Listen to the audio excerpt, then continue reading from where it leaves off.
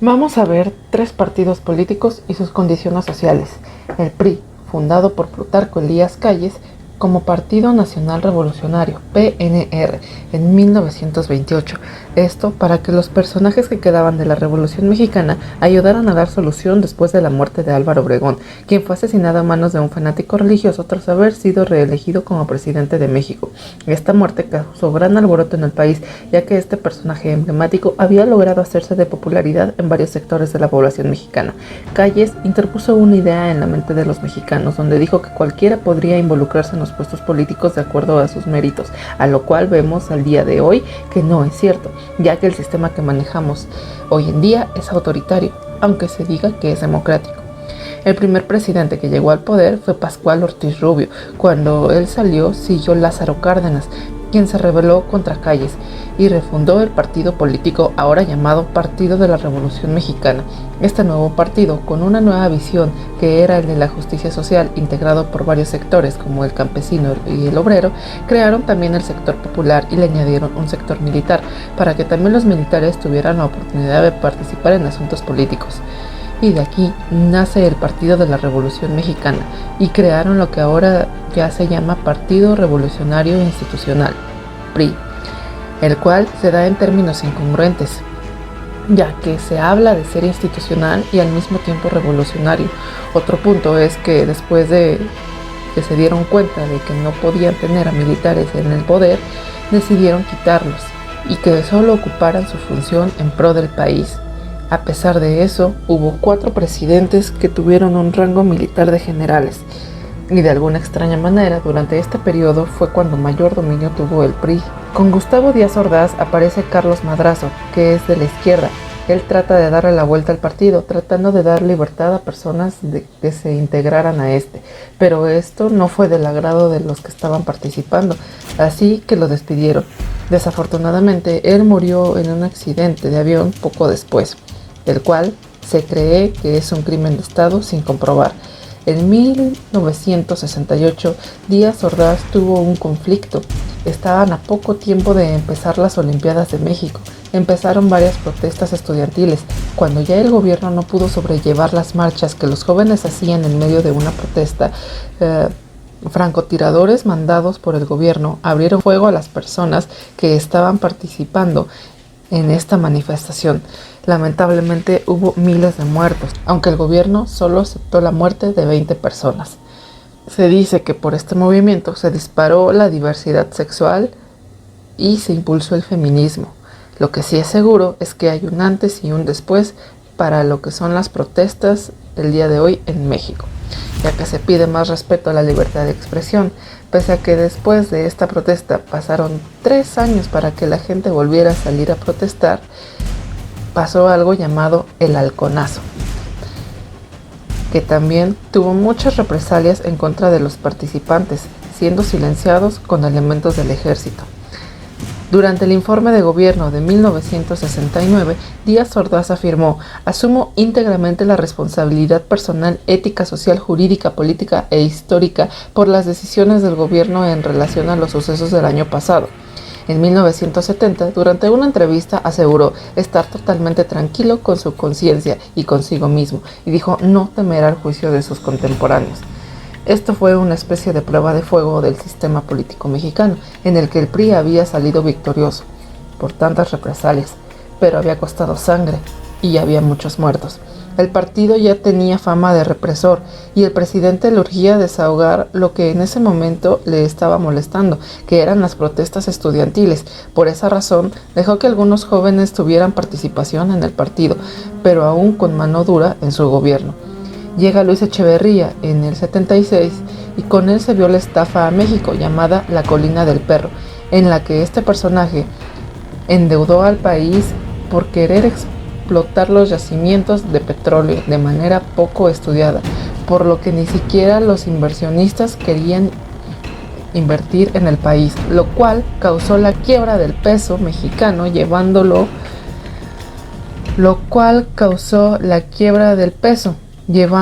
hasta los 54 pesos contra el dólar. Con una crisis económica tan fuerte, dijo: "Defenderé al peso como perro". pero traicionó al país, dejó a un lado su promesa y solo se vio su defensa para sí mismo. A finales de su gobierno se encontró la construcción de un complejo de 4 viviendas propiedad de la familia López Portillo. Cabe destacar que fue un periodo de nepotismo. Estos sucesos son los que han hecho que hasta ahora, el día de hoy, el PRI se vea tan desgastado y tenga que unirse a otros partidos que hace años eran competencia para él. Con este tipo de hechos nos hace pensar qué clase de seres humanos están gobernando al país. En cualquiera de las fases que el PRI ha tenido ha usado la bandera tricolor, lo cual es mal visto por los mexicanos. Este partido por mucho tiempo estuvo gobernando al país hasta el año 2000. Esperemos que se haga justicia de todos estos actos de delincuencia, de corrupción, que se han hecho presentes en todo el gobierno que el PRI ha llevado en México. O como dice el actual presidente, juzgar a los presidentes conforme a la ley y quitarles el fuero político. En 1939 apareció el PAN, pero en lugar de que las cosas cambiaran, solo se dio a notar más la presencia del PRI, ya que sus presidentes ganaban las elecciones con más del 70% de los votos. Por eso es que el PRI le dio oportunidad al PAN de participar en el poder legislativo de la nación. El Partido Acción Nacional siempre ha sido un gobierno fascista, ya que se creó con visiones fascistas. Estaban en contra de Cárdenas cuando se hizo la expropiación petrolera y otros logros para el país. No querían que México progresara y no estaban de acuerdo con lo que Cárdenas estaba haciendo, como por ejemplo la Constitución de 1917. Ávila Camacho quería echar atrás lo que había hecho Cárdenas, defendiendo a los españoles. Pasaba por alto todo lo que le hicieron a México. El PAN es un partido de derecha muy conservador y luchó por tener la aprobación de Estados Unidos. Fue el primer partido de oposición. Empezó con una que otra victoria y se fue abriendo paso en los estados. Hizo alianza en el PRD, PT y PRS, lo que lo hace triunfar en Nayarit. Ha ido aumentando su dominio hasta ser la principal dominante. En 1976 no presentó candidato a la presidencia, esto por conflictos internos. Muchos de los políticos empezaron a salirse del partido por discrepancias, por estas alianzas con partidos de la izquierda que fracasaron. Es un partido conservador y se puede decir que es un partido cristiano, ya que en 1949 dependía principalmente del trabajo de los militantes que provenía de las organizaciones de corte parroquial, como la Asociación Católica, la Gente Joven, la Acción Católica. Es por esto que el respaldo de la militación católica comenzó a hacerse notar y la condición laica del partido se empezó a ver afectada por las acciones religiosas constantes en este, y buscó relacionarse con los sinarquistas. Algunos de estos quisieron entrar al partido político. Luis Álvarez fue un personaje que disfrutaba de popularidad, así que lo lanzaron como candidato electo, pero no fue suficiente para ganar las elecciones, ya que quedó atrás por más de 6 millones de votos. Para este momento ya había muchos mexicanos inconformes, pero realmente no hacían nada para cambiar la situación. Los empresarios y la clase media en el proyecto original de Gómez Morín, que preferían hacer las cosas conforme al cristianismo, o sea, que son pro vida, se oponen al aborto, estaban a favor de conservar los valores y tradiciones católicas. Después de un tiempo en este camino, se decide romper con los lazos católicos que tiene el PAN, ya que estos impedían su crecimiento. Llega González Morfín tratando de irse hacia la izquierda con sus propuestas enfocadas en su campaña en 1970. La clase media, él dijo que los campesinos tendrían mayor participación en las empresas y al tener su apoyo tampoco fue suficiente. Para las elecciones del 82 alcanzaron un poco más de 3 millones de votos, o sea que ya se estaban abriendo paso en el país. Al llegar la crisis económica, mucha gente se empezó a acercar a los partidos políticos. Había neopanismo y resistencia civil para ir en contra del actual gobierno. Para el 82 se registró una estafa en las elecciones y aquí es donde la población se levantó en protesta en contra del PRI. Aunque no se logró nada, al menos la gente ya había empezado a levantar la voz por las inconformidades causadas por dicha elección. En el 87 crearon la organización juvenil del PAN, donde seleccionaban jóvenes para entrenarlos, por así decirlo, y que pudieran formar parte del partido cuando fueran mayores. A los empresarios y a la clase media les gustaba la existencia del PAN y de sus ideas. Estos empresarios lo impulsaron. Gracias a esto, pudo ganar 2 veces la presidencia, del 2000 al 2012. Para el año 2000, Vicente Fox logró lo que muchos candidatos quisieron hacer desde hacía mucho tiempo, y es ganar la presidencia del país. Pese a que no pudo cumplir algunas de sus promesas, mantuvo por un tiempo un equilibrio en la economía. Pero el PIB disminuyó considerablemente por meter a tantas empresas extranjeras al país, las cuales se vieron beneficiadas por el partido, ya que les habían prometido negocios patrocinados por el gobierno si se lograba ganar la presidencia. Al PAN en sí se le acusó de desaparecer el dinero de una de las expropiaciones petroleras más grandes del país. Otra de las cosas que pasó durante su gobierno fue que le empezaron a quitar tierras campesinos humildes, queriendo pagar hasta 7 pesos por hectárea.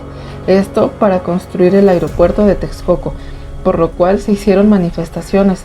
Esto provocó la cancelación del proyecto, a pesar de que más adelante Peña Nieto, siendo gobernador del Estado de México, retomó con lujo de violencia en contra de los campesinos, ya que estos fueron provocados para que se defendieran. Se dio la enciclomedia, se distribuyeron más de 147,000 equipos de cómputo en las escuelas, aunque hubo ciertos errores en la repartición, por ejemplo, entregar equipos a escuelas donde no hay electricidad. Pese a todos los fallos que estaba presentando su gobierno, lo único que causaba estragos era la falta de léxico del actual presidente, y también que su esposa quería lanzarse a la presidencia en la siguiente campaña electoral. Pero Fox decidió apoyar a Calderón, ya que no quería que AMLO llegara a la presidencia. De nueva cuenta se especula de un fraude en las elecciones del 2006. Pese a esto, el PAN volvió a ganar con Calderón. Para este momento ya los estaban señalando como ultraconservadores, porque estaban en contra del matrimonio homosexual, el aborto, la eutanasia y otras formas de pensar que van en contra de sus ideas conservadoras. La guerra contra el narco fue combatida por el ejército. Se aumentó el salario de los militares para que pusieran todo de su parte y poder acabar contra el narcotráfico y sus variantes. Y por esto hubo muchos muertos en el país. En esa época, a todos los que estaban cerca de manifestaciones o donde había un acto ilícito, los tachaban de delincuentes. Esto hizo que subiera el porcentaje de personas detenidas. Hubo arbitrariedad, abuso de poder y muchos muertos. Esto aumentó los problemas de seguridad en el país. En el gobierno de Calderón se dio la epidemia de la influenza, la cual mucha gente dice que no fue verdad y que lo único que Calderón quería era tapar la reforma energética, la cual decía que con la inversión privada se podía aumentar la producción de energéticos y con esto aumentar los empleos y riquezas del país. Pese a que no se logró concretar, trajo problemas económicos, ya que les dábamos un barril de petróleo a un precio módico y lo regresaban mucho más caro, pero transformado en gasolina, por ejemplo. Calderón creó un programa llamado Acción Juvenil, el cual se convirtió en un pilar del PAN, y aún así los jóvenes que participan no reciben apoyo del gobierno, ya que trabajan sin salario con la esperanza de entrar algún día al partido. Para las votaciones del 2018 lanzaron a Ricardo Anaya, pero por sus múltiples estafas y además que ya se hacía notar el hartazgo del pueblo mexicano, por esto tuvieron que hacer la coalición con el PRD y otros partidos.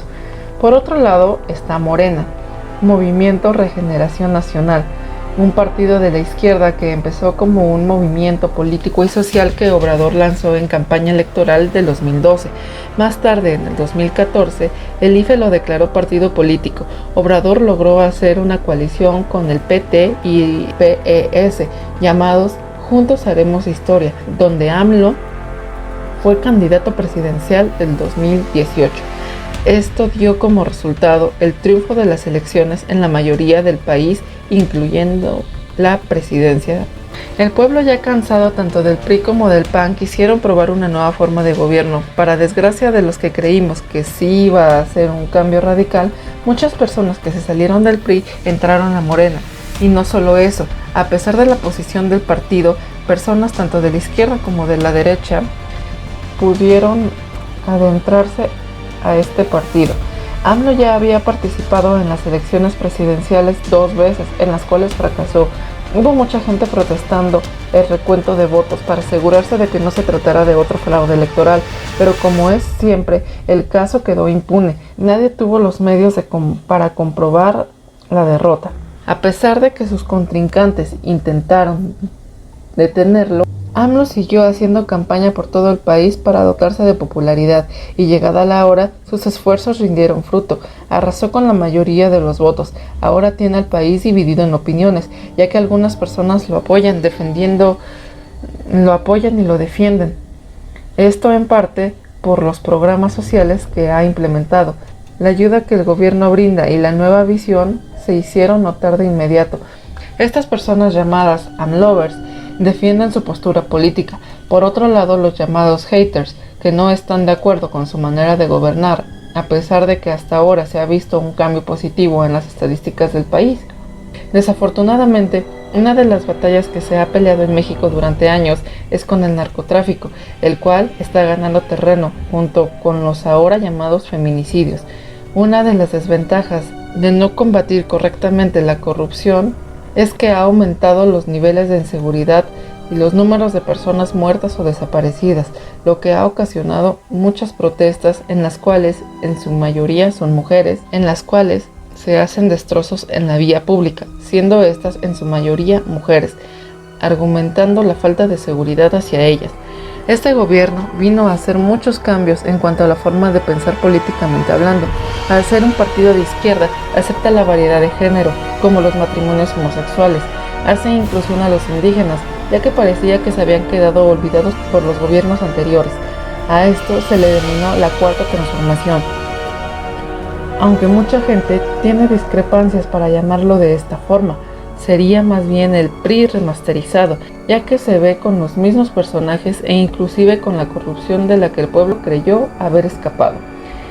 Aún se esperan ver los resultados finales del gobierno de AMLO, pero tienen opiniones muy divididas y a personas de otros partidos atacándolo cada que pueden. Cualquier error que comete se lo hace notar de inmediato. Se ha implementado cosas buenas, pero también hay algunas en las que debería poner especial atención. Por ejemplo, que su gabinete tenga personas que realmente le ayuden a sacar adelante al país y quizá así podremos mejorar.